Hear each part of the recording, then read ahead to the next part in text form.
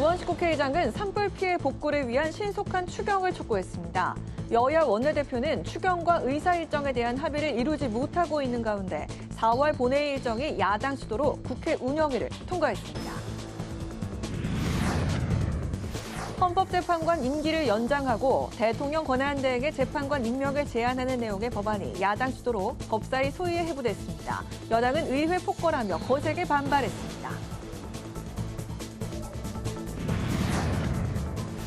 여야가 각각 기각과 파면을 외치며 헌법재판소를 향해 윤 대통령 탄핵 심판에 대한 조속한 결론을 촉구했습니다. 마은혁 헌법재판관 임명을 둘러싼 여야 신경전도 가열되고 있습니다. 정치권 이슈에 대해 여야의 입인 대변인에게 직접 들어보는 여야 스피커. 정부가 내놓은 10조 추경안에 대해 여야가 이견을 보이는 가운데 4월로 넘어간 헌재 선고로 극한 대치 중인 전국에서 합의점을 찾을 수 있을지 살펴봅니다.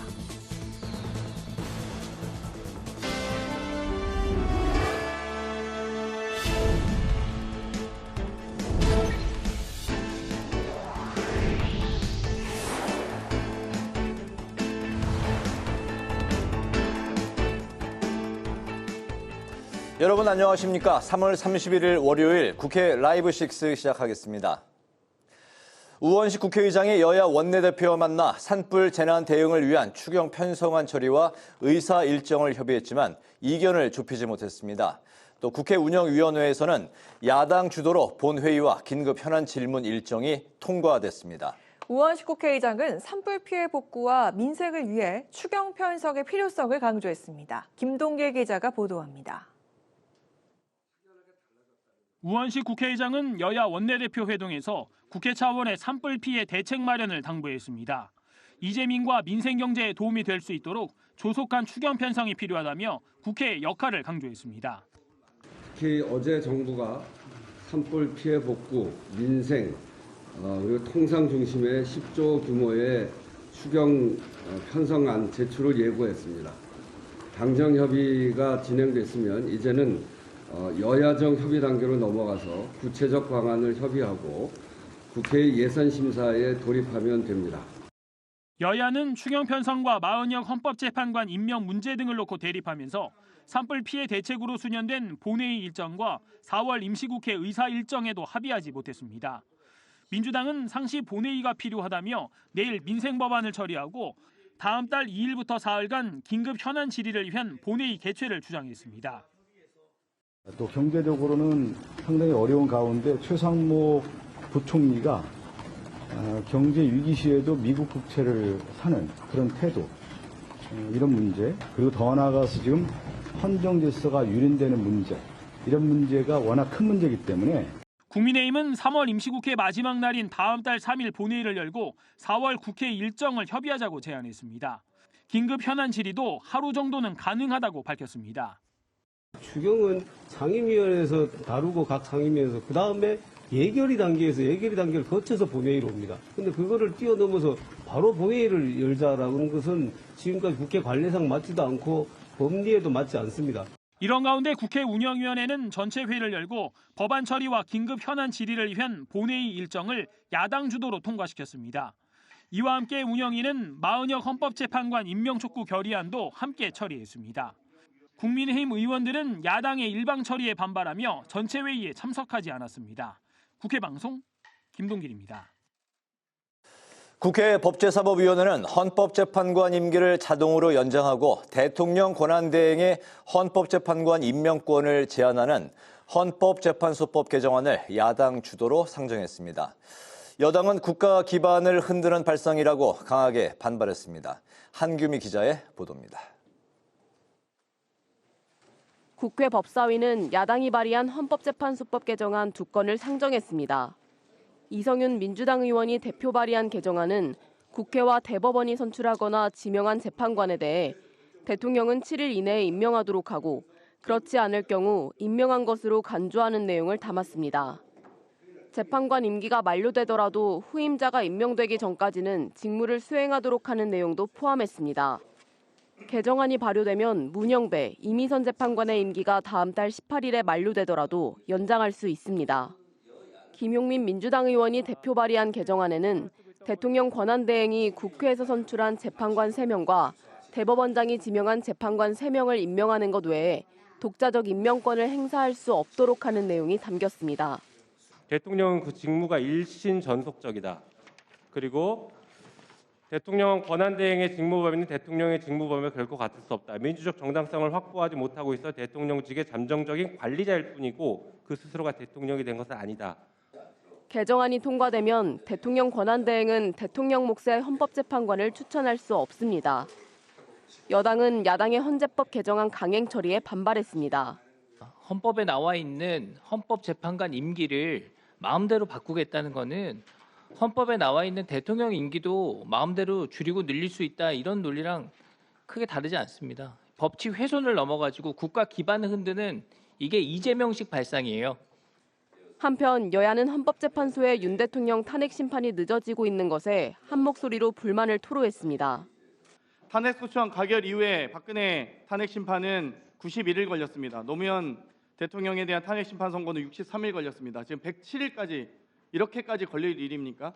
그런데 왜 이렇게 지연되는 것입니까? 제일 처음에 2월 말에 탄핵 심판 끝낼 것처럼 그렇게 이야기하고 뭐 변론기일 변경도 안 해주고 그렇게 열심히 달려오시더니 왜 지금에 와서는 결론을 내지 못하고 지금까지 있는 것입니까?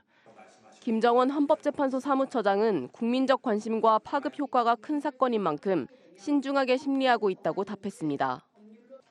그 시기에 대해서는 제가 지금 말씀드릴 수 있는 위치에 있지는 않습니다.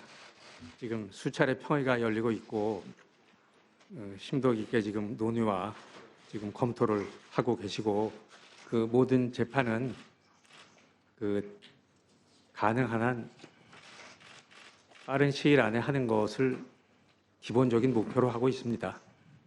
문영배 이미선 재판관의 퇴임일 전에 탄핵 심판 결과가 나올 수 있냐는 질문이 이어졌지만 현재 최선을 다하고 있다는 원론적 답변만 반복했습니다. 국회방송 한규미입니다. 국민의힘이 헌법재판소에 조속한 탄핵 심판 선고를 촉구했습니다. 여당은 또 마은혁 후보자는 헌법재판관 자격이 없다면서 자진 사퇴를 요구했습니다. 여당 소식 오다인 기자입니다. 국민의힘은 문형배 헌법재판소장 권한 대행을 향해 신속한 윤 대통령 탄핵 심판 선고를 촉구했습니다. 문형배 권한 대행은 더 이상 시간을 끌지 말고 헌법재판관 한 사람 한 사람의 결정에 따라 조속히 판결을 내려야 합니다. 이는 헌법기관으로서의 책무를 다하고 국가적 혼란을 종식시키기 위한 필수적인 조치입니다. 특히 박찬대 민주당 원내대표가 일부 재판관들의 실명을 언급하면서 헌재를 겁박하고 더 나아가 민주당 초선 의원들도 국무위원 전원 탄핵을 예고했는데 이는 명백한 내란 선동이라고 비판했습니다. 권성동 원내대표는 마은혁 헌법재판관 후보자의 자격을 문제 삼았습니다. 민주당의 유리한 정치적 편향성 때문에 마은혁 후보자를 임명하려 한다며 마 후보자가 자진 사퇴해야 한다고 주장했습니다. 인민노련과 우리법연구회 출신의 마은혁 후보자는 판사로서 정치적 중립을 지키지 않았습니다. 자신의 정치적 지향이 법과 원칙보다 우선했습니다. 법복을 입은 좌파 활동가라고 해도 과언이 아닙니다. 스스로 거취를 결정해야 합니다. 권 원내대표는 또 야당이 한덕수 권한대행 탄핵 소추안을 다시 발의한다면 오는 18일 임기가 만료되는 문형배, 이미선 헌법재판관 후임 지명 문제를 정부와 협의하겠다고 밝혔습니다. 이와 함께 지난 13일 통과한 상법 개정안은 비상장사들까지 무한 소송과 경영권 방어에 내몰리는 문제가 있다면서 한 권한대행에게 제2요구권 행사를 요청했다고 말했습니다. 국회방송 오다인입니다. 이재명 더불어민주당 대표는 윤석열 대통령 복귀는 제2의 계엄이라고 주장했습니다. 민주당은 헌법재판소의 조속한 파면 결정과 한덕수 대통령 권한대행의 마은혁 재판관 임명을 동시에 촉구하며 압박 강도를 높이고 있습니다. 김동희 기자입니다.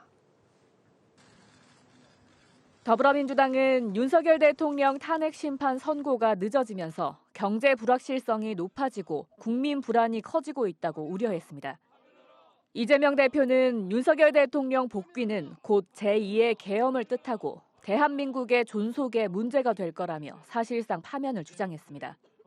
대한민국 전역이 군사계엄에 노출되고 국민들이 저항할 때 생겨나는 그 엄청난 혼란 그리고 엄청난 유혈 사태를 대체 어떻게 감당할 수 있겠습니까? 지난 주말 한덕수 대통령 권한대행을 향해 내일까지 마은혁 헌법재판관 후보자를 임명하지 않으면 중대 결심을 하겠다고 못 박으며 재탄핵을 시사한 민주당. 당 지도부는 당내 초선 중심으로 제기된 국무위원 총탄핵 카드에는 신중한 모습을 보이면서도 압박을 이어갔습니다.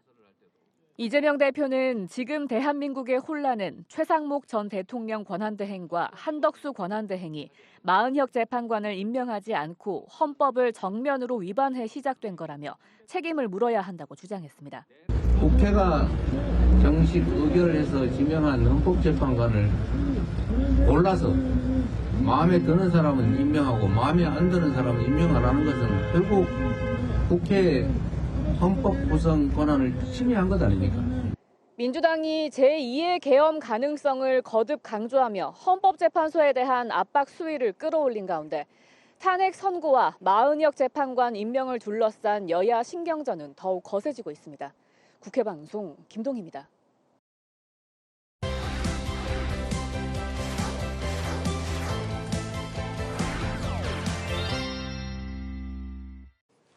네, 오늘 이슈픽 서완한 개건 기자와 함께 최악의 산불로 인해 다시 필요성이 제기된 추경 이야기부터 나눠보겠습니다. 서 기자, 어서 오십시오. 네, 안녕하십니까. 네.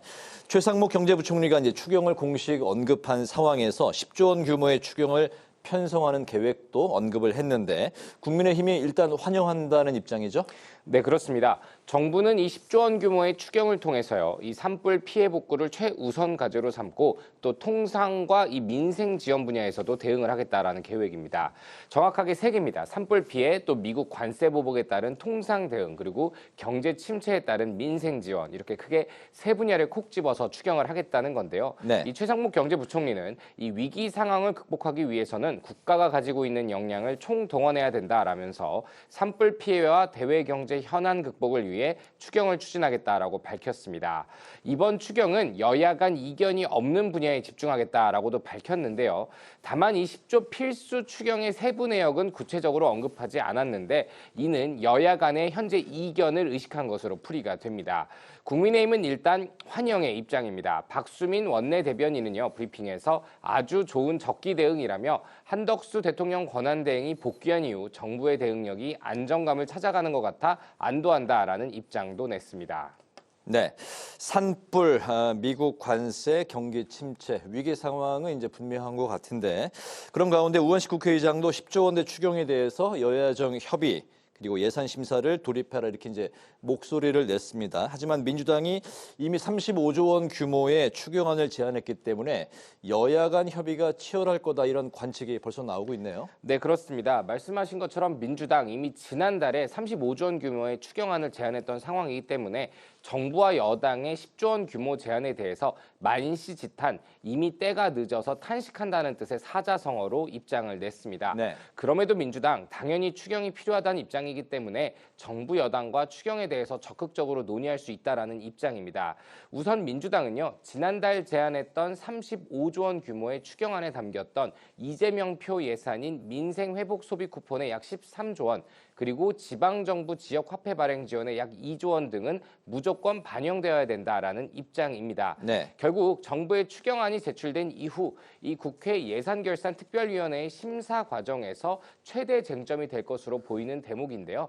특히 더 큰 규모의 추경을 제안하는 이 야당 의원들도 있기 때문에 논의 과정에서 치열하게 여야가 맞붙을 것으로 보입니다. 이 기획재정부 차관 출신의 안도걸 민주당 의원은 한은의 금년 성장률 전망치 1.5%를 전제로 했을 때 GDP 갭이 0.5%포인트가 되고 그에 따르면 적정한 추경 규모는 37.5조 원에서 최대 50조 원에 달한다라고 주장하기도 한 상황입니다. 그렇군요. 여야 간 입장 차이가 큰 상황인데 이번에 그 헌재의 대통령 탄핵 심판 선고 이야기를 해보겠습니다. 국민의힘에서는 그동안 선고를 좀 천천히 들여다보고 해야 된다 이렇게 목소리를 내왔는데 최근에 5대3 이렇게 이제 기각설이 좀 돌면서 빠른 선고를 해야 된다 이렇게 좀 태세 전환이 이루어진 것 같아요. 네, 그렇습니다. 여야가 이제 한 목소리로 헌법재판소를 향해서 신속한 윤석열 대통령의 탄핵 심판 선고를 촉구하기 시작했습니다. 하지만 이 여당의 입장이 달라진 배경에는요. 이 동상이몽격에 서로 다른 셈법이 깔려 있기 때문에 이를 좀 살펴보고 싶습니다. 이 국민의힘 초선 의원들 일단 30일 성명서를 내고요. 헌재는 더 이상의 시간 끌기를 중단하고 윤 대통령의 탄핵 심판에 대한 결론을 조속히 내려줄 것을 강력히 촉구한다라고 목소리를 냈습니다. 중진인 김기현 의원 역시 헌재는 하루빨리 대통령에 대해서 사기 탄핵을 각하하거나 기각해야 된다라고 얘기를 하는 등 이 중진 의원들도 헌재의 빠른 판단을 거듭 요구하고 있습니다. 이는 최근 5대3 교착설 기각 가능성이 거론되고 있는 상황에서 이 기각 가능성이 있다면 최대한 빨리 헌재가 선고하도록 해서 변수가 추가되지 않기를 희망하는 이 여권의 입장이 반영된 것으로 풀이가 됩니다. 최근에 이 야권에서는 계속 마은혁 후보자의 임명을 요구하면서 국무위원회 줄탄핵 가능성까지 거론되고 있는 상황에서 빠르게 선고가 이뤄지면 이에 대한 정치적 공세 가능성을 제고할 수 있다는 게 이 여권의 입장입니다. 네, 반면에 민주당은 계속해서 이제 빠른 선고를 주장을 하면서도 마은혁 후보자 임명을 이제 강하게 요구하고 있는데 역시 이제 5대3 교착설이 돌면서 우려감이 이제 반영된 거라고 봐야 되겠죠? 네, 그렇습니다. 제가 지난주부터 출연을 했을 때 각종 찌라시가 난무하고 있다. 특히 한덕수 총리의 탄핵 선고 이후에 5대3 교착설이 돌고 있다. 이런 얘기를 살짝 드린 적이 있는데 헌재 8명의 재판관 중에 기각이나 각하 의견이 3명 이상이면 헌재는 인용 정죽수 미달로 기각 결정을 해야 합니다. 그리고 문재인 대통령이 임명했던 문영배나 이미선 재판관이 이 같은 결과를 피하려다 보니 평일을 계속하게 되고 자연스럽게 선고가 지연되고 있다는 게 이 5대3 교착적 찌라시의 이 주된 내용입니다. 하지만 사실 이 확인된 정보는 하나도 없습니다. 민주당 역시 이를 잘 알고 있습니다. 모두 추론의 입장이기도 합니다. 하지만 문제는 이런 찌라시들이 나오면서 한덕수 총리 탄핵 선고 때에도 오직 정계선 재판관 1명만 인용의 입장에 서면서 이진숙 방통위원장 때 4대4였던 구도가 달라졌다는 것에 민주당이 조금씩 불안감이 생겼다는 겁니다. 최근 강성기류의 목소리들이 거세진 것도 이런 대목으로 풀이가 되는데요. 마은혁 재판관을 하루빨리 임명해서 6명 이상의 인용을 확실하게 확보해야 되는데 이를 저지하고 있는 한덕수 권한대행이나 최상목 경제부총리 등에 대해서도 줄탄핵이라도 해야 된다라는 게 강성의 입장입니다.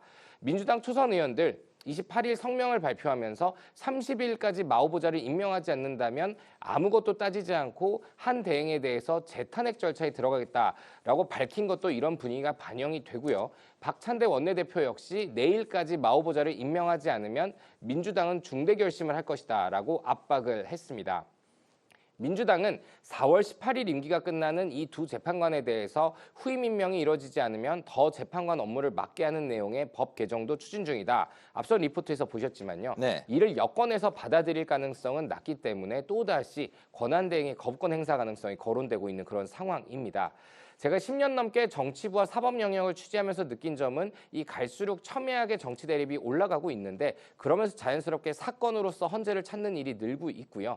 그만큼 헌재가 사법기관의 성격에서 준정치기구의 성격을 띠는 부분이 조금씩 늘고 있지 않나 오히려 사법의 영역으로 돌아가야 될 때가 아닌가라는 생각도 듭니다. 그렇군요. 오늘 이슈픽 여기까지 듣도록 하겠습니다. 서완환 개건 기자와 함께했습니다. 말씀 잘 들었습니다.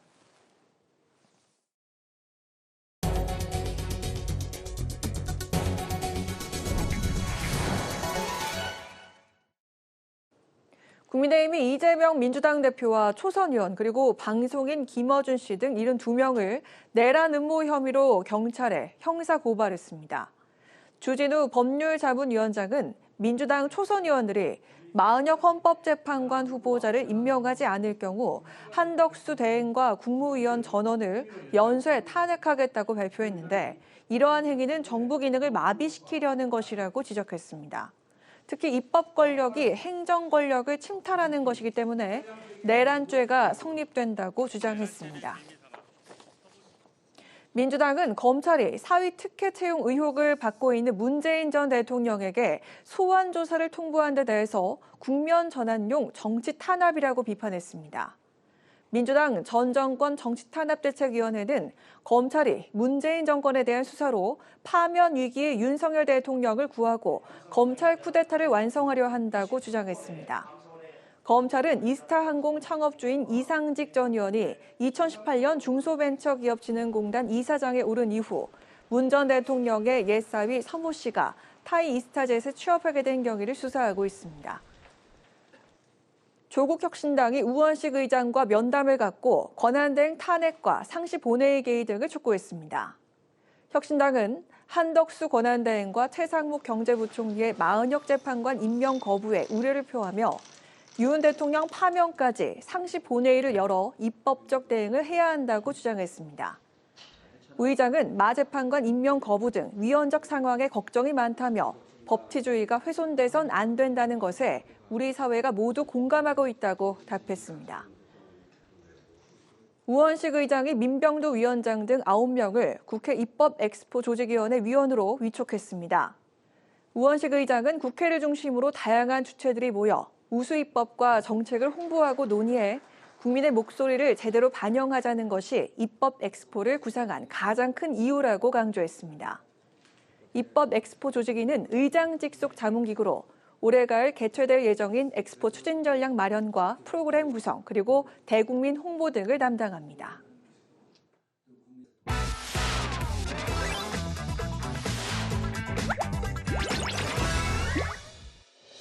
3월 31일 강아랑이 전해주는 정치권의 뜨거운 말말말 강아랑의 정치랑입니다. 오늘 첫 번째 주제는 조용한 재보선입니다. 전국 23개 선거구에서 교육감과 기초단체장 등을 선출하는 4.2 재보궐선거가 이틀 뒤 실시됩니다. 윤석열 대통령 탄핵 심판에 더해 역대 최악 산불 사태가 전국을 뒤덮으면서 역대급 조용한 선거가 되는 게 아니냐는 전망도 나오고 있죠. 여야 지도부는 선거 지원에 나서는 대신에 산불 사태 수습과 탄핵 정국 대응에 집중한 모습이었습니다.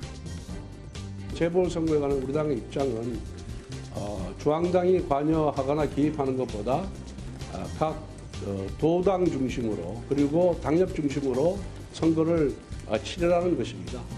그렇기 때문에 오늘은 마침 현충원에 참배할 기회가 있어서 들려서 격려를 했을 뿐이지 중앙당이 재보궐선거에 직접적으로 개입하거나 지금 깊이 관여하고 있지는 않습니다. 주목도가 낮았던 만큼 지난 주말 실시된 사전투표에서도 저조한 투표율을 기록했죠. 때문에 본투표에서도 유권자들의 관심을 못 받는 게 아니냐는 우려가 이어지고 있습니다. 하지만 조용한 선거 분위기와 달리 이번 선거 결과가 가지는 의미는 크다는 분석도 있습니다. 탄핵 심판에 대한 민심을 확인해 볼 수 있다는 거죠. 또 호남 지역에서 치러지는 선거 결과를 통해서 민주당 이재명 대표 1급 체제에 대한 호남 민심을 엿볼 수 있다는 분석도 있습니다. 때문일까요? 이 대표는 담양군수 선거 현장을 한 차례 방문해서 힘을 싣기도 했습니다. 촛불혁명을 지나 지금 진행되고 있는 이 혁명의 과정도 그 중심에 바로 호남이 있습니다. 호남이 있어야 나라가 있습니다.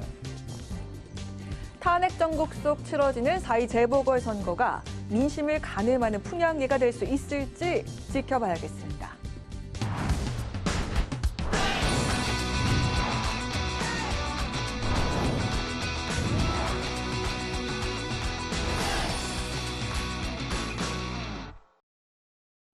네, 정치권의 가장 뜨거운 이슈에 대한 입장을 여야의 입으로 불리는 대변인께 직접 들어보겠습니다. 여야 스피커 호준석 국민의힘 대변인, 박경미 더불어민주당 대변인 두 분과 함께하겠습니다. 두 분 어서 오십시오. 반갑습니다. 안녕하십니까.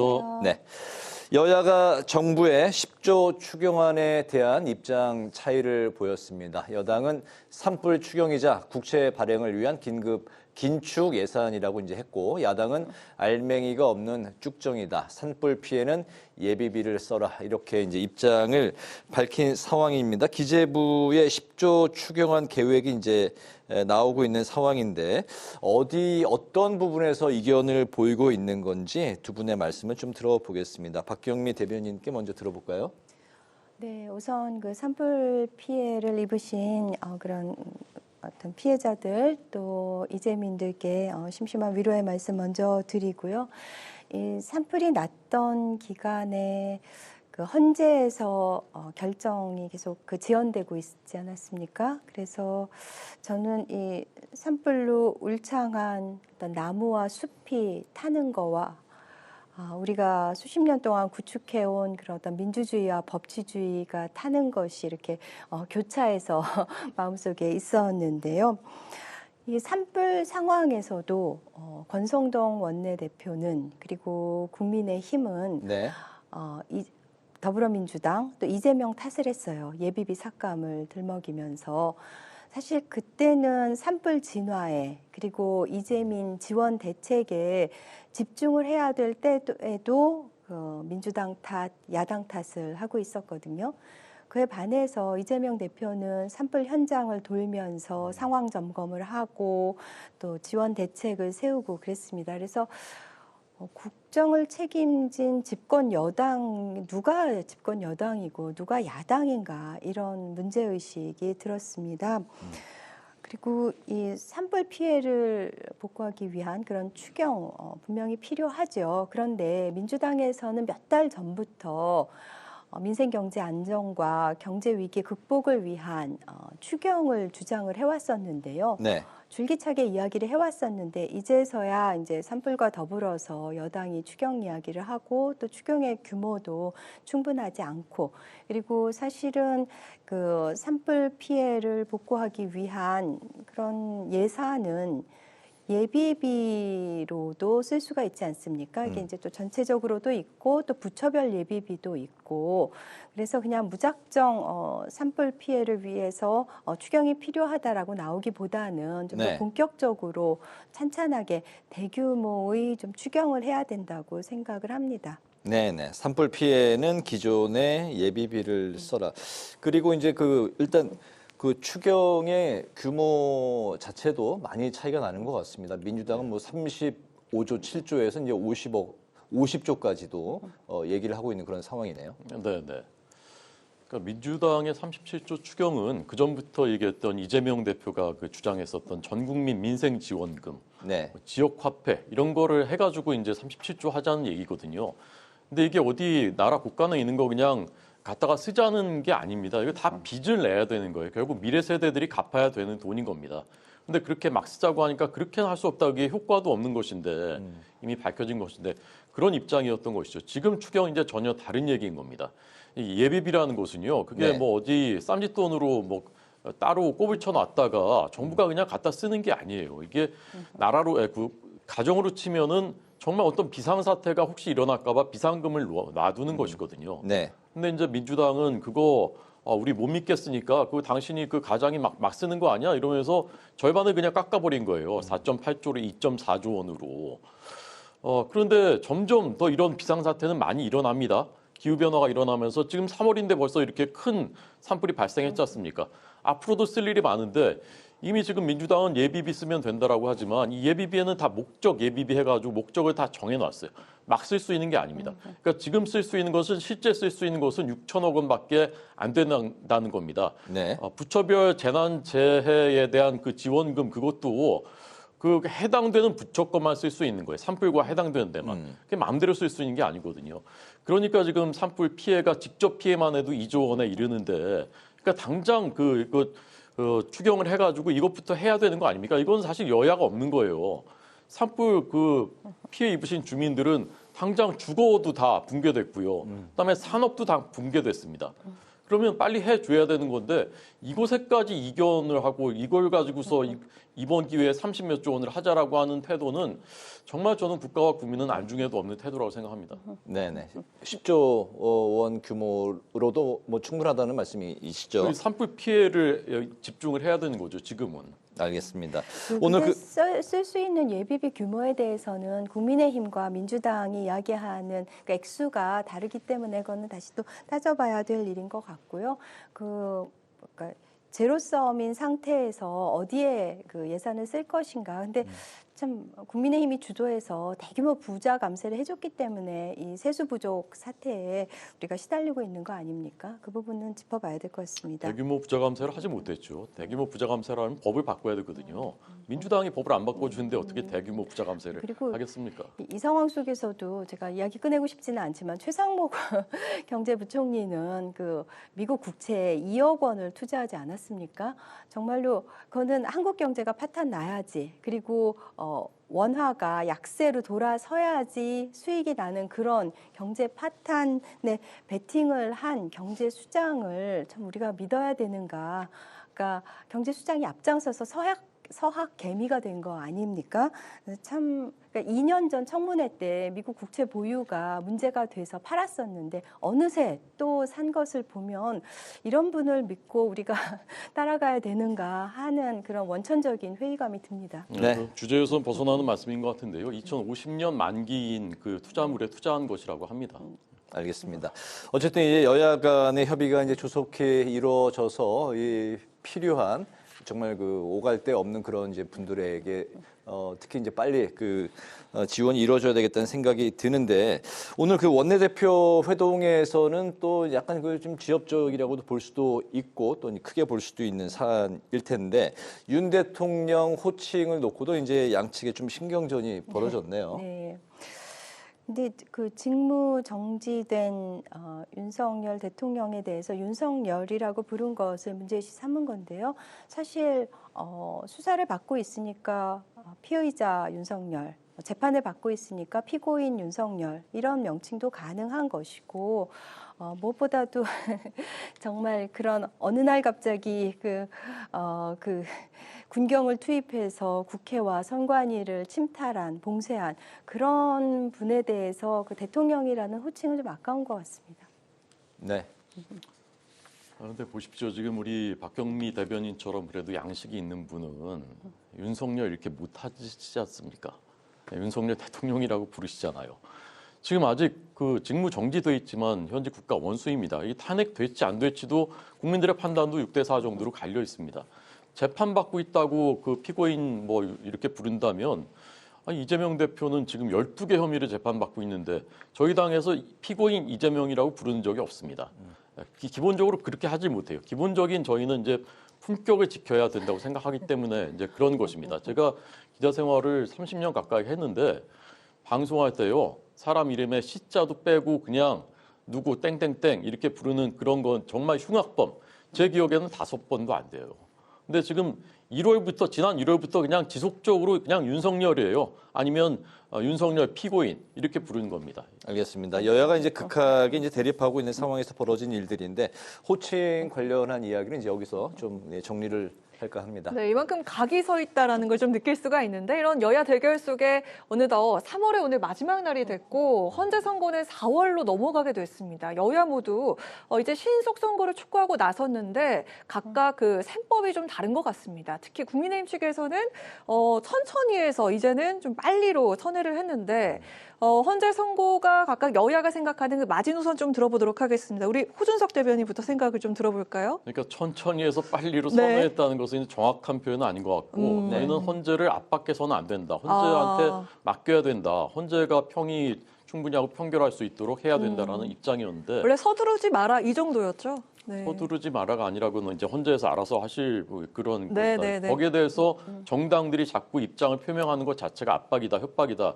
이제 그런 것이었는데, 최근 이제 국민들께서는 이게 끝났구나, 이제 평의가 사실상 끝났구나, 그리고 입장도 정해진 것 같다. 그런데 평결은 안 하고 있다. 선고는 그래서 일부러 늦추고 있다. 이제 그렇게 생각하시는 국민들이 많아진 겁니다. 그러니까 그 부분에 대한 것을 말씀드리는 것이죠. 네. 끝났다면은 이제는 선고를 해야 된다. 국민들 다 기다리고 계시니까.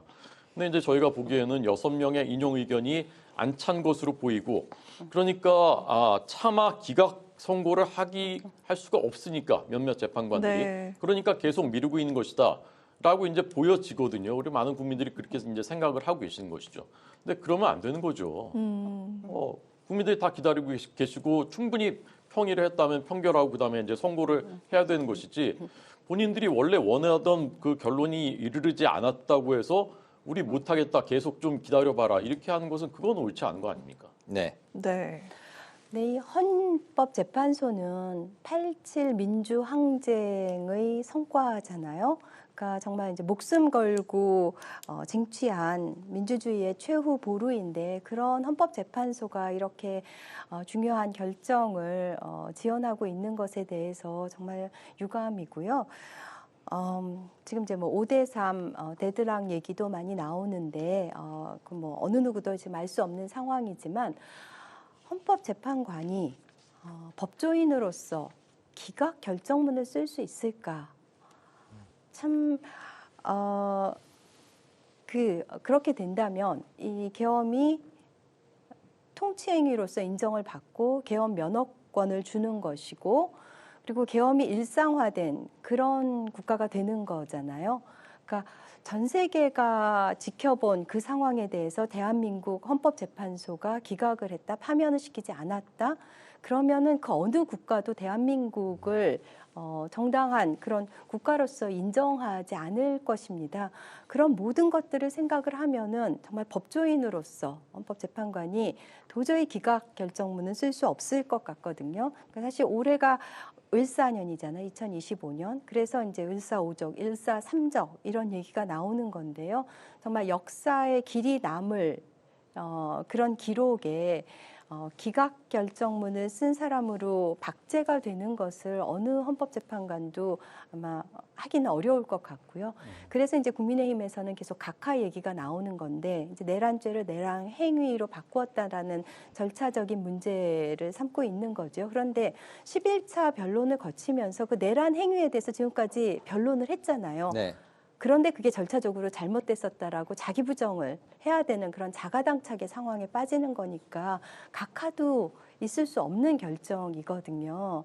그래서 정말 이 자명한 사실에 대해서 이렇게 결정을 못하고 있는 헌법재판소에 대해서 정말 온 국민들이 정말 그 공분이 쌓이고 있고 정말 임계점을 지나서고 있는 것 같습니다. 저희가 3월 14일까지는 날 거라고 생각했다가 이제 네. 21일, 28일, 이제 이번 주 4월 4일을 바라보고 아마 4월 11일 정도는 정말로 최후의 마지노선이 될 텐데요. 빨리 현명한 결정을 내려주시길 바랍니다. 역시 마지노선이 한 4월 11일쯤이라고 예상을 하시는 걸까요? 4일이나 11일에는 돼야 되겠죠. 그래서 18일을 넘겨서는 안 되는 것이고, 11일에 뭐 해도 괜찮지만 국민들이 다 기다리시니까 4일날 하는 게 좋지 않을까 개인적으로는 그렇게 생각합니다. 네, 자 그런데 일각에선요 문영배 이미선 재판관 퇴임일이 4월 18일 이후에 대한 예상도 지금 나오고 있습니다. 만약에 그렇게 된다면 헌법재판관의 임기 연장이나 대통령 권한대행의 헌법재판관 임명 등에 대해서 또 이야기가 또 나올 수가 있죠. 이 예측을 좀 들어보도록 하겠습니다. 일단 헌법재판관 임명은 지금 대통령 모시기 때문에 권한대행이 임명을 하게 되는데 두 분의 생각 좀 들어보도록 하겠습니다.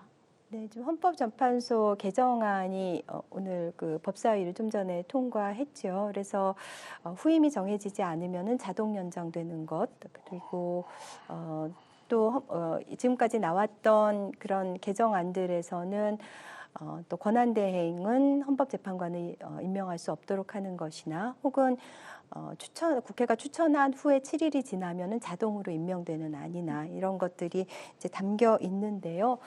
일각에서는 이전에 그것이 위헌 판결이 아니라 위헌이라는 그런 평가를 받았다는 이야기도 나오는데 2012년하고 2017년에 네. 그렇지만 또 상황이 바뀌었고 또 시간도 흘렀기 때문에 여러 가지 점들을 고려해 봐야 될 것 같습니다. 그렇군요. 네. 네.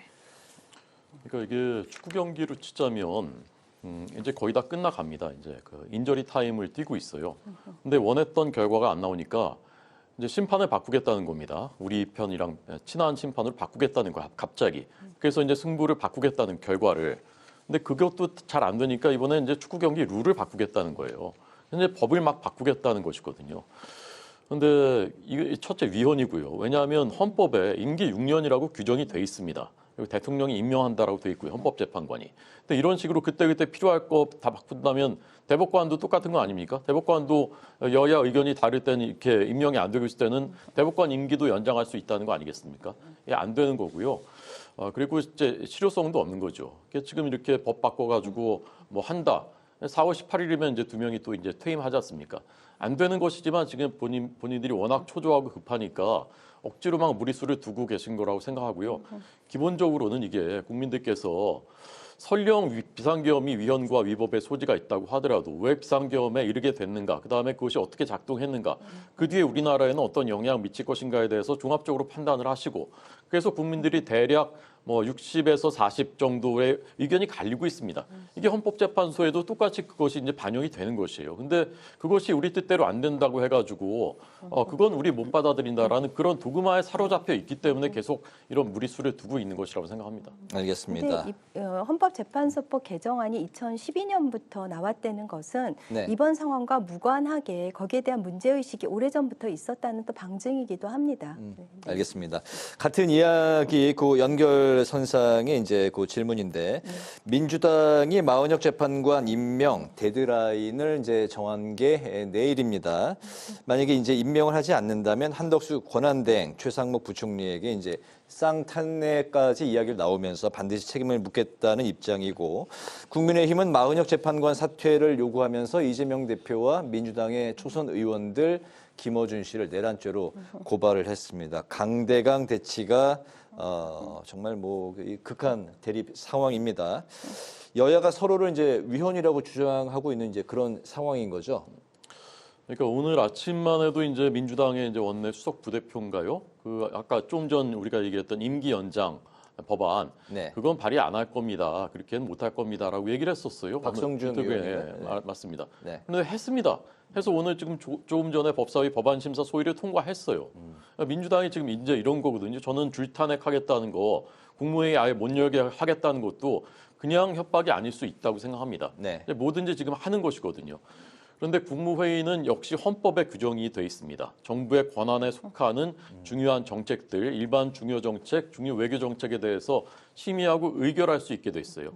이걸 못하면, 국무회의를 못 열면 정부가 그냥 마비되는 거예요. 정부가 마비됐다는 것은 국가가 마비되는 것이거든요. 근데 내란의 그 정의가 뭡니까? 내란의 정의가 헌법에 규정이 돼 있습니다. 헌법에 의해서 설치된 국가 기관의 권능 행사를 강압으로 못하게 하는, 불가능하게 하는 것이 이제 내란인 것입니다. 근데 지금 하겠다는 것은 사실은 비상계엄보다 훨씬 더 어떻게 보면 더 중대한 일인 거죠. 아예 정부 자체를 그냥 식물 상태로 그냥 아무것도 못하게 만들겠다는 것이에요. 국가를 그냥 완전히 마비시키겠다는 것이거든요. 근데 그런 일까지 이미 발상을 하고 기자회견을 하고 실제로 저는 그 입법 과정에 들어갈 가능성도 높다고 생각하는데 막아야 되는 거 아니겠습니까? 어떻게든지. 근데 이 모든 사단의 단초를 제공한 거는 그 비상계엄이죠, 윤석열 대통령의. 근데 제가 오늘 여기 오면서 이제 운전을 하면서 이렇게 다 신호를 지키잖아요. 사실은 모든 교통 신호를 지킬 거라는 믿음 하에 우리가 안전하게 이제 운행을 하는 것이고, 사실 우리 사회의 어떤 최소한의 상식이자 도덕인 법을 지킬 것이라는 믿음 하에 이제 이 사회에서 안심하고 사는 거잖아요. 근데 그 법의 가장 기본이 되는 게 이제 헌법인데, 일개 국민도 아니고 대통령 권한 대행이 그 헌법을 무시하는 거잖아요. 그러니까 한덕수 권한대행이 이제 탄핵 심판에서 다 살아 돌아오기는 했지만은 그게 명백한, 그러니까 헌법재판관을 임명하지 않은 건 명백한 위헌이다. 그런데 파면시킬 정도의 중대성이 있는 것은 아니다라고 했고, 최성목 권한대행이 임명하지 않은 것에 대해서 위헌이라고 명시적으로 그 의사를 헌법재판소에 결정을 전달했음에도 불구하고 지금 한덕수 권한대행이 돌아온 지 일주일이 넘었는데 아직까지도 임명을 안 하고 헌법을 명시적으로 지금 부정하고 있는 거잖아요. 네. 이런 사회는 정말로 무법천지인 거죠. 그러니까 그 엄중한, 그 무거운 헌법재판소의 명령을 이렇게 부작위로 이렇게 그 위헌을 계속하고 있는 이 상황을 어떻게 우리가 이해를 하겠습니까? 내일까지 임명을 만약에 안 하면은 다시 한번 재탄핵에 들어가는 건가요? 네, 뭐 재탄핵은 뭐 신중해야 하겠습니다만은 민주당도 비상의 결심을 해야 될 순간이 점차 도래하게 될 수도 있을 것 같습니다. 네, 네, 또 검찰이 뇌물수수 의혹으로 수사 중인 문재인 전 대통령에게 소환 조사를 통보를 했습니다. 이에 민주당은 심우정 검찰총장의 딸 문제나 수사하라고 반발하고 나섰습니다. 이게 바로 그 사위 특혜 채용 의혹 때문인데요. 두 건 모두 특혜 채용 관련 의혹입니다. 자, 이에 대해서 좀 우리 박경미 대변인 이야기 먼저 들어보도록 하겠습니다. 근데 이 두 가지를 똑같이 특혜 채용 의혹이라고 말씀하시는 것 자체가 적절하지 않은 것 같은데요. 일단 문재인 전 대통령의 딸의 전 사위가 2018년에 그 이스타 그 항공사에 취임한 네. 것은 취임을 했고, 물론 뭐 여러 가지 다양한 경력을 갖고 있습니다. 그래서 취임을 했고, 근데 거기서 급여를 받은 것이 이제 문재인 대통령이 딸의 생활비 일부를 지급하고 있었기 때문에 결국은 문재인 대통령의 경제적 이득이 돼서 뇌물죄다. 참으로 신박한 논리 아닙니까? 그런 기이한 논리를 만들어낸 국민의힘의 노력이 가상하다고 보겠고요. 근데 심우정 딸 문제는 국립외교원에 작년에 이제 8개월 동안 근무를 했는데 채용이 됐는데 석사학위 취득자여야 되는데 석사학위 취득 예정자로서 자격 미달인데 특혜로 취업이 됐어요. 그리고 심우정 총장은 작년 9월에 인사청문회, 검찰총장이 될 때 인사청문회를 했는데 그때 이미 이 논란이 불거졌습니다. 그런데 지난달 2월에 외교부에 또 들어갔죠. 외교부에 처음에 공고 분야는 경제 분야였습니다. 그리고 지원자가 없었던 것도 아니에요. 마지막에까지 최종 면접을 한 분도 있었는데 그분을 탈락시키고 이번에는 채용 분야를 아예 바꿔서 국제정치, 심우정 딸 맞춤형으로 채용 분야를 바꾸어서 채용을 했고, 그런데 보니 2년간 실무 경력이 있어야 되는데 그것도 안 돼요. 무슨 연구 조교 경력 같은 것까지, 그러니까 온갖 경험을 다 끌어모아서 경력으로 만들어서 채용을 해준 거예요. 근데 글쎄요, 외교부는 아직도 무소불위의 권력을 행사하고 있는 검찰의 비호가 필요했습니까? 왜 그 검찰총장의 딸을 그런 식으로 해서 채용을 하는지, 이거야말로 정말 크나큰 의혹입니다. 네, 호준석 대변인. 그 타이 이스타젯에 근무하고 있었던 일본인 임원이 인터뷰를 한 내용이 다 남아 있습니다. 어느 날 회사에 제임스라는 사람이 고위직으로 왔대요. 전무로 왔죠. 그런데 누군지 모르겠는데 영어도 전혀 못하고 항공 지식 경험이나 지식도 뭐 전무했었다는 거예요. 근데 이제 알고 보니까 대통령의 사위였었던 겁니다. 저는 이거 정말 뭐 드라마에나 나올 법한 일이라고 생각을 합니다.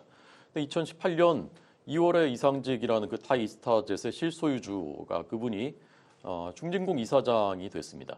2017년 말부터 청와대에서 인사 담당한 민정수석 조국, 그다음에 비서실장 임종석, 또 인사비서관, 뭐 다 이제 그 회의를 했었던 것이 다 기록이 남아 있어요. 네. 그러니까 원래는 그 중기부 장관을 가고 싶어 했는데 이상직이라는 사람이 청문회를 통과하지 못할 것 같다 그러니까 중진공 이사장으로 하자 이렇게 했다는 보도까지 다 나왔습니다.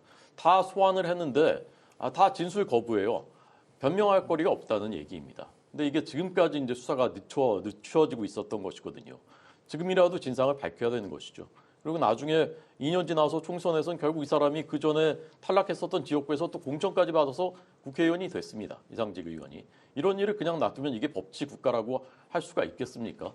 저는 명명백백하게 수사를 해서 처벌해야 된다고 생각하고요. 심우정 검찰총장의 딸 문제는 의혹이 있다면 고발을 하시고 법 앞에는 만인이 평등한 것이니까요. 진상을 밝혀야 된다고 생각합니다. 네. 두 분 뭐 더 말씀? 네, 근데 그 이스타젯이 그렇게 큰 회사도 아니고요. 그리고 그 사위는 또 게임 회사 등등에서 여러 그 다양한 경력을 보유하고 있습니다. 그러니까 그 회사에 취업하지 못할 정도의 그런 어떤 빈약한 이력의 소유자는 아닙니다. 그래서 거기에 취업한 게 이렇게 이상한 일은 아닙니다. 네, 그 게임 업체가 만들어지고 들어가는 과정 그것도 사실은 많은 의혹이 쌓여 있어요. 많은 보도들이 나와 있고요.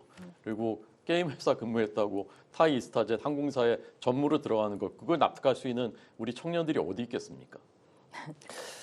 알겠습니다. 오늘 여야 스피커 이제 여기서 마무리를 하도록 하겠습니다. 요즘 데드락이라는 표현을 이제 많이들 쓰는데 뭔가 이렇게 꽉 막혀서 답답한 상황, 경제 위기 모두 정치 모두 이렇게 꽉 막힌 상황인 것 같습니다. 언제쯤 좀 돌파구를 찾을 수 있을지 국민들이 애타게 기다리고 있습니다. 지금까지 호준석 국민의힘 대변인, 박경미 더불어민주당 대변인 두 분과 함께했습니다. 네, 두 분 말씀 잘 들었습니다. 네, 고맙습니다. 고맙습니다. 네, 고맙습니다. 오늘 국회 라이브 6 여기까지입니다. 시청해주신 여러분 고맙습니다.